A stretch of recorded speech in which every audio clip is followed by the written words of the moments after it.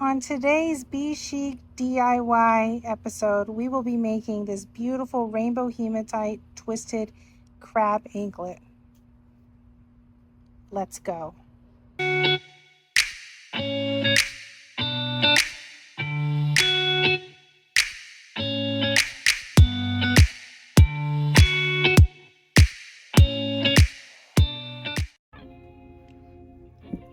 All right, so let's go ahead and get right on into it. Over here I have the parts that we will be using. We will be using this beautiful, if you can see it here, it's a Rainbow Hematite. Let's see if I can get the camera to focus in on it. Rainbow Hematite balls. This is actual stone, and then it has an electroplate coating that gives it this aurora borealis rainbow effect. It's absolutely gorgeous, and we'll be using these 3mm round balls along with go ahead and pick up a few so you can see here. These are our twisted Rainbow Hematite beads. It's so pretty in the light. They just sparkle so beautifully, and it looks incredible on an ankle. So we'll be using those today. And the star of the show will be Mr. Krabs right over here. A simple crab charm that will be dangling from the middle of that anklet. So the first thing we're going to do is get our black nylon coated string. And for those of you who have seen my previous videos, I like using this nylon coated string because it protects the string from rusting or oxidizing. It's coated, so it's waterproof and it's very durable. So it's one of the reasons why I love using nylon coated string. And so the first bead that we're going to use is going to be one of our 3mm silver balls, and then a daisy spacer. And then if you see here, the build order is asking for the 3mm round hematite beads, it's asking for 44 beads. Now the pattern on this anklet is 22 of these beads, then a series of these rectangle hematite beads, the charm in the middle, and then the pattern repeats on the reverse. So knowing that 44 in quantity is needed in total, I'm able to calculate that 22 of these beads will be used on the first initialization of this pattern. A little tip for you guys: these beads come in a string. From the factory to us, they come on a string, and so typically what I do is I just leave it on the string. It makes it easier for me to bead it onto my string, my wire, and you'll see why in a minute. And so I just leave them on the string, and then I just go and pass these beads from here onto my black string. So that way I don't have to pick them up one at a time. And so knowing I need 22, I typically count in 5. So right there, that's 5 beads. 1, 2, 3, 4, 5. I'll do another 5 here. Just kind of pass it right onto my black string. So now that's 10. Let's do another 5. And you see it just slides right onto the black string. So I'm just passing it from the silver string to the black string. If you see, I still have the silver string over here. It hasn't, I haven't removed the silver string yet. So now we're at 5, that's another 15, or that's 15. So let's do another 5 to make it 20. You see how much faster that is versus one at a time, and then 2. And there you go. We got 22 right there. And then now I just go and pull the silver string out, and it stays on my black string. So simple. All right, so now that I've got 22 of the 3mm Rainbow Hematites on there, I now need to start working on my my rainbow twisted hematite beads.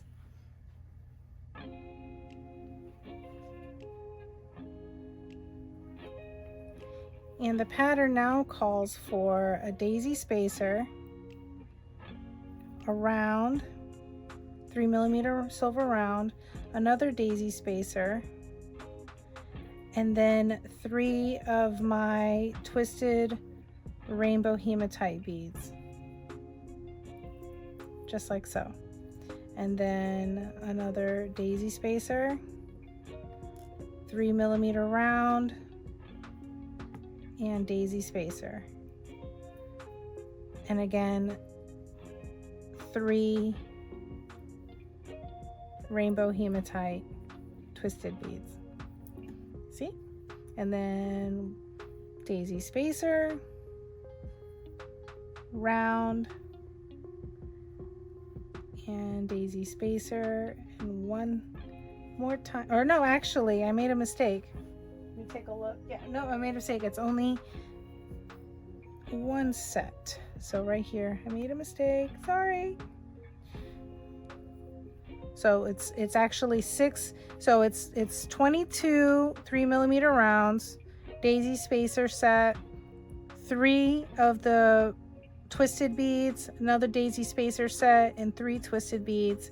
And then we're gonna go ahead and put our bail on. And now this is half of the anklet already done.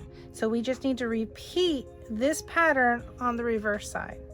So now going backwards, it's 3 twisted hematite beads,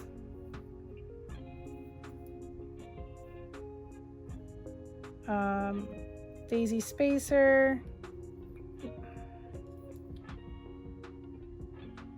round hematite, daisy spacer,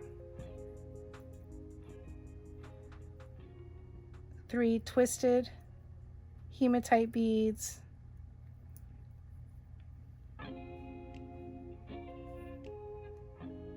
go daisy spacer, round, daisy spacer. And now we are completed of our twisted hematite beads, and now we just need to get 22 3mm round hematite beads fed back on that string. So like I did on the other side, I'm just going to count 5 at a time. So there's 5, so there's 5. Let's go ahead and get another 5 to make 10. Let's get another 5 to make 15, and another 5 to make 20. And since it's 22, I just need to go ahead and take another little 2 stragglers over here and take out that silver string, and there you go. And so the only other thing we need is to go ahead and cap off our anklet with a spacer and a round. There we go. And then we just finished beading on our rainbow hematite crab anklet. So what I like to do is after I've finished using up that string, I just go ahead and tie this string off so no other beads can come out, because I know I'll be using the same technique again on other anklets. There we go. And so now I've just tied off my bead, and I'll go ahead and put that to the side. And now comes the time of closing our anklet. So to close our anklet, we're gonna need a crimp bead and a clasp.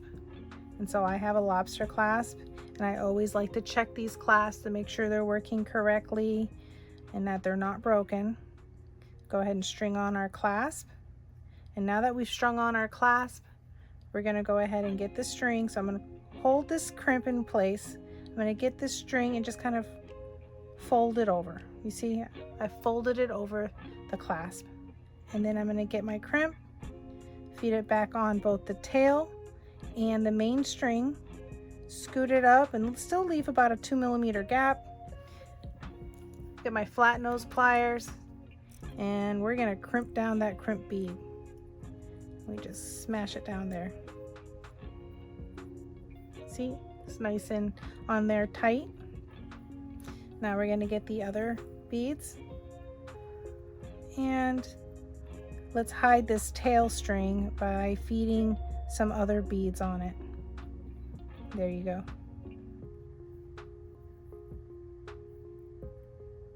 See?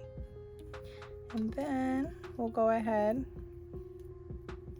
and get the other beads to join it. And now I'm gonna go ahead and get my ruler out. I like to go ahead and give about a good 3 to 4 inches to work with on the second half of the tie-in. And go ahead and crimp that off, or clip that off. And let's go ahead and get our crimp bead. Okay, and we're gonna get, oops, where is it? This is our extender chain and our split ring. I like using split rings instead of just regular jump rings because it can ensure that this ring will not come off the string, because you see how thin this string is. Any little opening on a jump ring, this is a jump ring right here. You can see it's just a ring, and then you would kind of open and close it with your pliers. Any little opening on a jump ring like that, and this string will come right off, and then your anklet would be unusable. I like to use split rings because it can ensure that it's not going to come off from any little opening on like a jump ring. It'll stay securely on that string. And so I have the jump ring along with the split ring along with the extender chain over here. I fold it over my string like I did with my lobster clasp. I'm going to go ahead and feed that crimp bead in, and I'm going to go ahead and feed about 3 or 4 other little beads on, right? So now I've got the crimp and 4 more beads coming through, and now I have my tail here. And this part is the part that gets confusing for most people, so I'm going to try and show you as detailed as possible. You have your string folded over, you've got 3 or 4 beads strung on both the tail string and the main string. What you want to do now is get your round nose pliers, okay, and this little loop that you've created over here, and this is why I always like to have extra string to play with. You are not gonna, unlike the lobster clasp where you pushed your crimp bead all the way up here, you're not gonna do that with this. You're gonna leave a good inch of space there. You're gonna bring your split ring back down to where your crimp bead is. Insert one end of your round nose plier into this loop here. Okay. And now you see I'm holding both the main string and the tail string together with this hand. You're gonna insert your round nose plier into that loop. You're not gonna close it down. You're just gonna have it there like that, and you're holding your finger over here that's holding the both wires. Now what you're gonna do is you're going to let go. Oops, let's try that again on camera. Insert your loop. If you want, maybe just press down here for a minute, just so you can let go this side and get a hold of this tail. You're gonna get a hold of this tail, let go of the round nose plier now so it's open, and you're just going to, again, let's try that again. You're going to pull this tail string, and what that's going to end up doing is tightening up your string. You see, you're tightening up your string now around your beads, and so now you've closed the gap. And so if you do that, now you're going to press down on the string and the beads together, take your round nose pliers out, and you're going to see that your string is on, or your beads are all together tightly compact, and that's what you want. And now you're just going to get your flat nose pliers and crimp down. You see? And now the only thing left to do is to cut this excess string right here, and you're going to want to cut it as close to the bead as possible. Be careful not to cut the other string.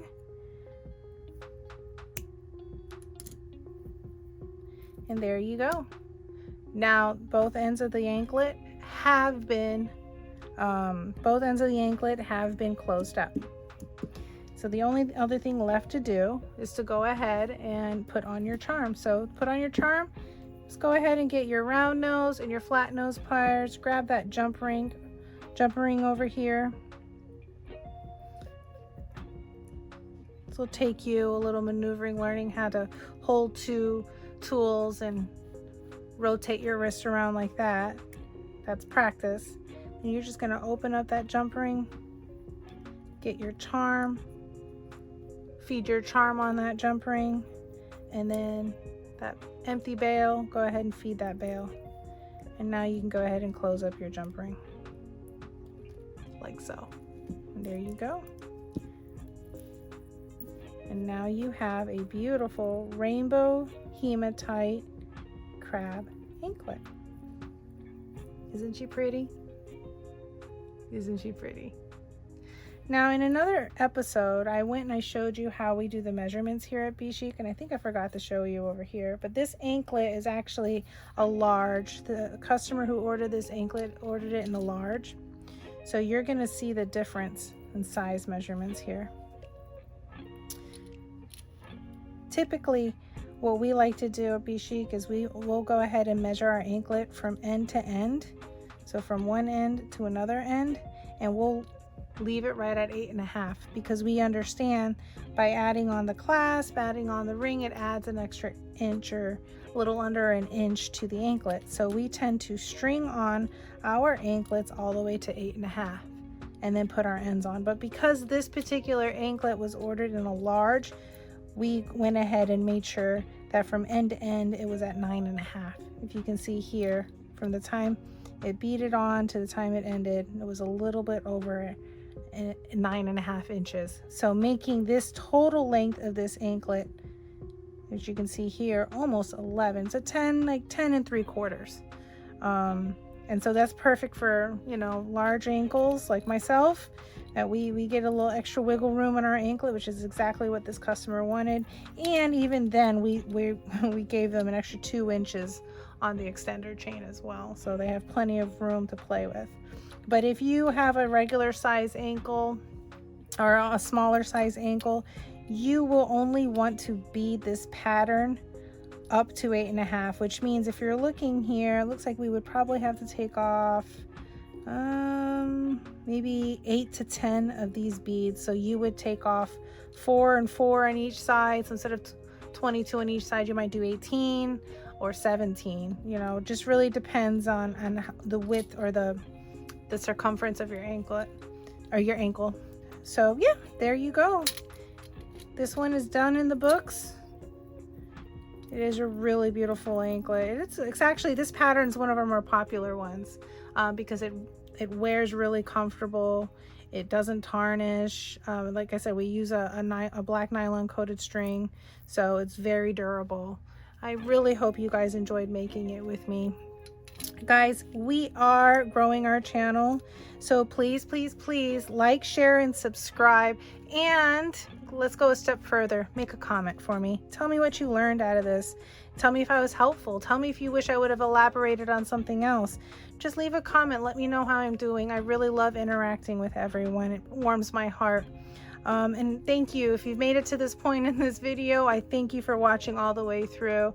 And as always, be chic, be happy, and be inspired. I'll check you on the next one. Thanks, guys. Bye. Love you.